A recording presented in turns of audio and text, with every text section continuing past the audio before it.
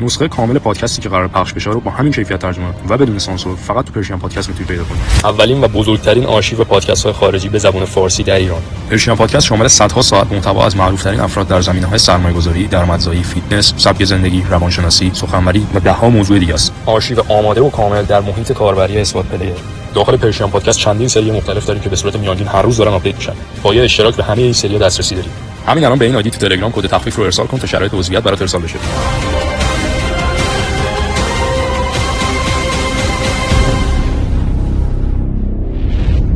I am absolutely interested in conquest. I'm interested in peacocking my feathers and being the best. I'm interested in showing off. I'm interested in alpha male high. Look at me. I have everything. I can do everything. Look at me. This is who I am. They say that this is all bad and toxic masculinity, but that's again just a massive psyop. The entire world was built off the back of toxic masculinity.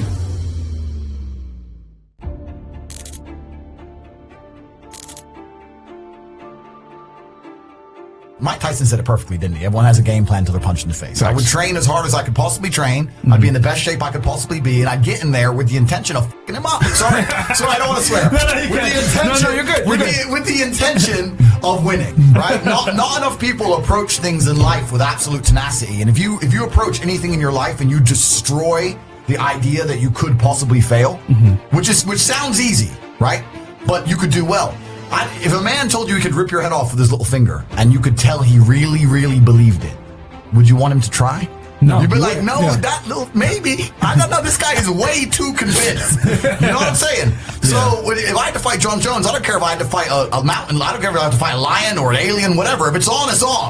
If it's on, then it's on. So I'm coming to win, I ain't coming to lose. Exactly. So that's how it goes. It's a fighter spirit right there. I've always been attached to the dark of the world. I feel like the dark of the world has always motivated me. So on the yin and the yang scale, I have a lot of light and I have so much beauty and I have a very blessed life. Yeah. But it is because I've been so deeply in the dark and understand the realities of how the world works. But that's just always been what motivated me. If I want to, once again, put it down to something asinine like buying a car, if I want to buy a Kernan's egg, I don't care about driving the car. I just want other people to not be able to have it. And I just want to be able to say, look, I can spend $6 million on WhatsApp in 10 minutes. Who are these other people? Other rich people who have to think about it or finance it or contemplate it. Correct. Or sell a house. Right. I just want to be able to like, bing, bing, took it, ha, ha, ha. Instant gratification, impulsive, what? I think it's just about the others losing. I think the world has tried very hard to breed this out of men, but I am unapologetic about it and I'm not afraid to admit it, that I am absolutely interested in conquest. I'm interested in peacocking my feathers and being the best. I'm interested in showing off. I'm interested in alpha male high. Look at me. I have everything. I can do everything. Look at me. This is who I am. And they say that this is all bad and toxic masculinity. But that's, again, just a massive psyop. The entire world was built off the back of toxic masculinity. All the high buildings in Mumbai are built by men who want to prove themselves and say, look what I can do. I can literally go and build a building that's 100 stories high. You need an ego. And I'm ego-driven and ego-fueled, and I don't let it control me, but satisfying my ego makes me happy, and feeling pride makes me happy. The masculine ego has built the entire world. It's the reason nearly every single man ever went to war and conquered anything. The masculine ego, in fact, it's very interesting. I was talking to a girl the other day. I was saying that men crave adventure more than women. She was saying, oh no, I like adventure. I don't just want to sit at home. I like to go out and explore things, go to restaurants, etc. I said, no. What you like to do is run around, go into restaurants and going shopping. You call that an adventure. Masculine adventure is the men who decided to go to Antarctica and freeze to death. There's no shopping, there's no sushi.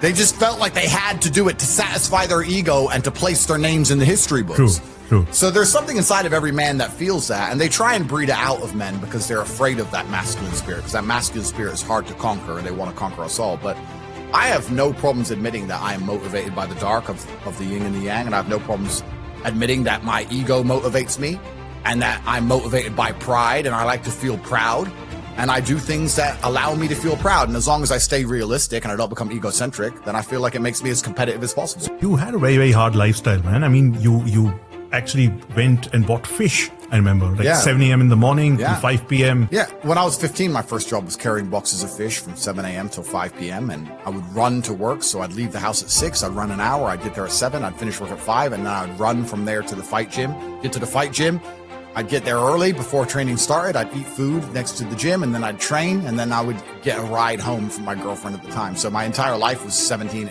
hours a day of just running and working and carrying boxes and fighting. And I can't be more thankful. You know, I don't want to be arrogant, but I'm going to. I really do believe I've had the perfect life. Now, I don't know if that's actually because I have the perfect life or if I framed it that way, but I am so thankful for everything. I am so glad I got to grow up poor, because I wouldn't appreciate money if I didn't. And I'm so glad I got to spend my 20s, that decade where you're as powerful as possible fighting. And I'm so glad I've had difficult jobs and no money. And I'm so glad I couldn't pay my bills so that I appreciate now all the money I have. And I'm so glad I had the parents I had. And I'm so glad all these bad things happened to me, but enough good things happened. And I just really feel like it's been the perfect path. And I think back on that job, I think back on how my life was back then, and I realized that I wouldn't appreciate any of the things I have now without them. There's absolutely no light without dark. The best thing about being rich is talking about how you used to be poor. Otherwise, it's no point being rich at all. You're not going to enjoy any of it. You're going to end up addicted to drugs and doing crazy stuff, right? Yep. The reason I'm so happy, I don't drink, I don't do drugs, I'm happy every day, I'm pretty emotionally balanced, is because I wake up in a big ass house and I realize that I don't have to worry about rent the next day and everything's fine. So I think being rich is as good as I imagined it to be when I was poor. And I truly enjoy it, but I would have never appreciated the money if I didn't have the poor side. And life really doesn't have to be that complicated. When you see somebody that has something you want, you just got to try and work out how they got it. Yeah. And that's the missing part. Most people see people with things they want, and they don't do the second half. They don't try and work out how they got that thing. Oh, my man has a Ferrari. Okay. I wish I had a Ferrari. Okay. They don't sit there and go for an hour. How did he get a Ferrari? It doesn't cross that part is the part they don't want to do, right? They just go, oh, here's a Ferrari, wish I had a Ferrari, and they go back to TV. Yeah. And that's why they lose. You need to be cutting edge in all things, and you need to be first in all things. If you're first, it's often very hard to lose. If you were the first person to the gold mine, even if you were lazy and you had a shovel and you didn't like the sun very much because you got sunburned, you'd still find some gold. But if you're the last guy, you've now got to dig harder, you got to work harder, you got to do longer hours, all the low-hanging fruit is gone. Most people at home don't understand. If they were to just join Hustlers University and pay attention and go through the lessons, you could make a fortune off the low-hanging fruit. You can make a fortune off all the apples that are easy to pick. You don't need to go to the top of the tree. That's for the person who came last and all the bottom apples are gone. So I don't want to be elitist, but often I do find myself when I see people who say, oh, I really tried, and I know they haven't really tried. Do you resent them? Do you resent people like that? I don't think I resent them as long as they're not too close to me. I don't want them in my circle. I can't have anyone who's in my house. They drain your energy, right? Yeah, because they steal your energy. Yeah. Anyone who's near me who said, I tried and I messed it up, has to go. Because I don't like that negative energy around me because it's sticky. But if I'm out there in life and I'm meeting someone who I barely know and they're telling me how they tried and they failed, partially, like I said, I don't want to be elitist, but part of me makes me feel happy about that. There's no winners without losers.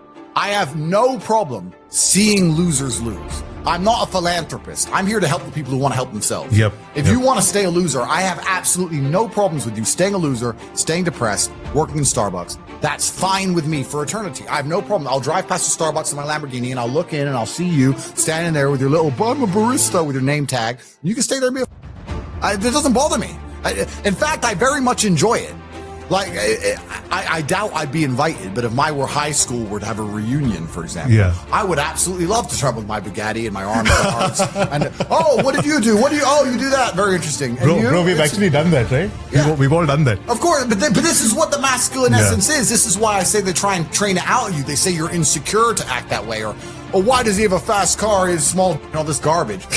No, but it's all a psyop. There's nothing insecure about wanting to be the king, proving you're the king, not being deluded, but proving it with real-world achievements and walking through life saying, yeah, I'm the man, I'm top G, that's who I am, I earned it, every single piece of it, head to toe, whether it's the physicality or the finances, none of it was given to me, I did it all myself, I'm top G now, here are all my wives, they all adore me, ha ha ha, you can't do it, ha ha ha. That's what life's about, waking up and saying, ha ha ha. My life is one big ha ha ha. And the greatest thing about it is, even if I go to jail, even if something bad happens to me, because I have the ability to communicate, because I have the ability to tell the story, because I'll be non-emotional about it and not affected, because I'll remember it, it will just be another ha ha ha in the end.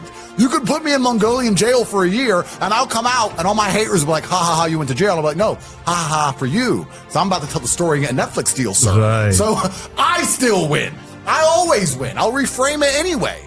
So that's what life as a man should be. You should be able to wake up every day and say, ha, ha, ha, to all the people who don't like you. I really do believe, I am still old school in, I believe I am a man of my word. And I don't say that like other people say that. I mean, I'm genuinely a man of my word. When my father raised me, because I grew up in a poor family, my father was a chess grandmaster, but there's not much money in chess. And my dad loved booze, gambling, and women, right? So the money was out the door.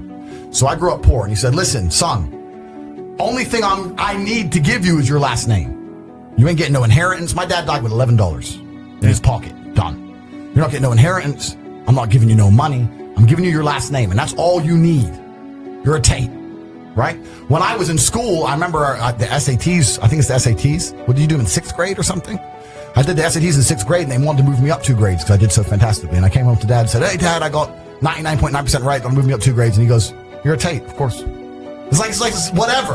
Like the achievement to the average man is nothing. We're Tates, right? So I'm a man of my word. I'm a man of my name. If I'm going to sit and tell you, and all you people out here, I don't know you, if I tell you something, it's the truth. And I stand by that. So anyone who's going to come to me and say, oh, Tate, he's full of it, da-da-da, your name isn't worth anything. My name's worth something. I've worked for my name. I've risked my life in the cage for my name. Your name isn't worth a f***ing thing. So don't talk to me about what honesty is. Do you keep upskilling yourself? Well, you have to always push the limits, right? What's the point in living otherwise? What are you doing right now to just keep yourself up? Well, this is the thing. It's in general. It doesn't matter if you go to the gym and you try and lift more weights. It doesn't matter if you try and make more money that you can't possibly spend. Right. It doesn't matter if you need more beautiful children. Yeah. You always need something to do, right? And you always need somewhere to push.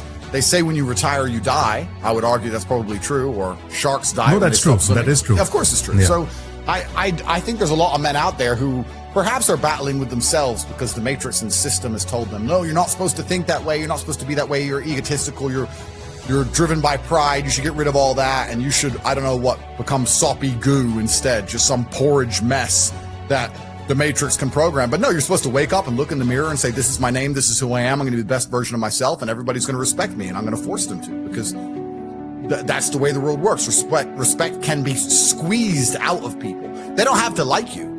You can't squeeze someone liking you. You can't grab space-time from the universe and force everybody to like you. But you can force everybody to respect you, whether they want to or not. All of my haters respect me. They sit there, this guy's so bad, so bad, so bad. But they can't say I'm unsuccessful. They can't say I'm not intelligent. They can't say I'm not rich. I'm still worthy of all their time and attention. They've dedicated their lives to me, so I've forced them to respect me.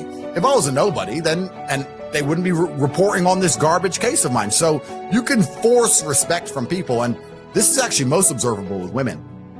There's a whole lot of women who are dating men they don't even like. Yeah. And they're sleeping with men they don't even like, but they respect him. Because the security that they offer, right? That's right. The security they offer and the respect. And they can say, I don't even like him that much. In fact, I hate him, but I just do as he says. Why is that? Because they respect you. So I'm driven by that. And I guess, I've talked to psychiatrists, and there's some psychiatrists who would argue that it's insecurity to feel like you need to prove yourself to the world all the time. And I think that's part of the psyop. They convince you. You're insecure if you want to prove you're capable. If you want to prove that you're different and intelligent and interesting, you're insecure. They always say that you're born abundant any which ways. Then why is the rest of the world poor? Well, there you go. But they say you should have no interest in what people think about you.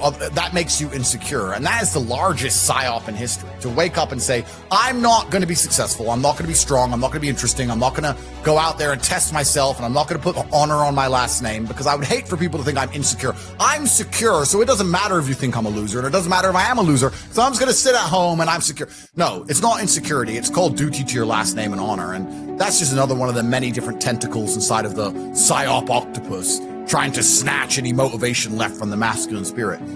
If I was a man who was unsuccessful and I hadn't met my physical capability or my financial capability or my mental capability or my spiritual capability, I would be insecure. I would sit and say, this is a failed version of who Andrew Tate could be, and I'm not happy with who it is. And I think that every man should be like that, so he gets up off his ass and does something. Let me see. Dude, how do you have so much energy? How? Because I don't waste my life force. I haven't been to any stupid concerts. I don't take any stupid drugs. I'm not smoking weed like an idiot. I'm not cheering for a sports team. All of my life force is inside of me so I can master the 7 styles of Aikido and tell the conservatives are fucking dorks. Nerds. That's why. They're all nerds.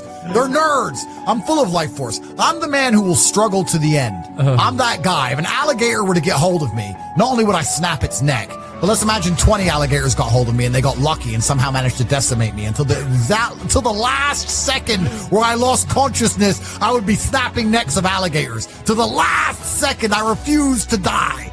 I'm that guy. I don't waste an ounce of my life force on anything that's unimportant.